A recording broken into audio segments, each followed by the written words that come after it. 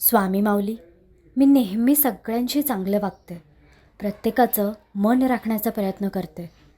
मग तरीही मी वाईट का ठरते? चांगलं आणि वाईट हे ठरवणारे लोक आणि समाज हे असूच शकत नाहीत. ते त्यांच्या मतांचा पाऊस पाडू शकतात.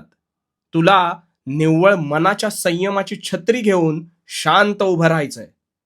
काही वेळाने हा पाऊस थांबेल आणि वातावरणात निव्वळ तुला अपेक्षित गारवा पसरेल. फक्त पावसात भिजायचं नाही. अति भिजल्यावर आजार संभवतात. म्हणजेच काय समजलीस?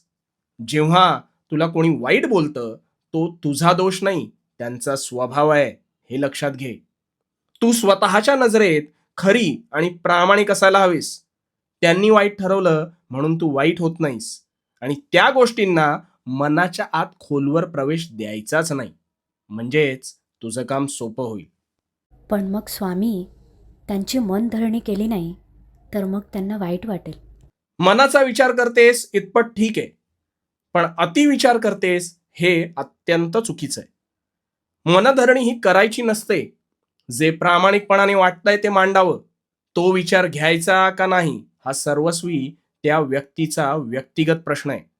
आणि जर नाहीच पटला तर आपले विचार कधीही लादू नकोस. स्वामी, तुमच्याशी बोलल्यावर मनातली सगळी वादळे शमतात आणि मग अगदी मोकळं झाल्यासारखं वाटतं. अशीच व्यक्त होत राहा आणि भिवू नकोस. भिवू नकोस, मी तुझ्या पाठीशी आहे.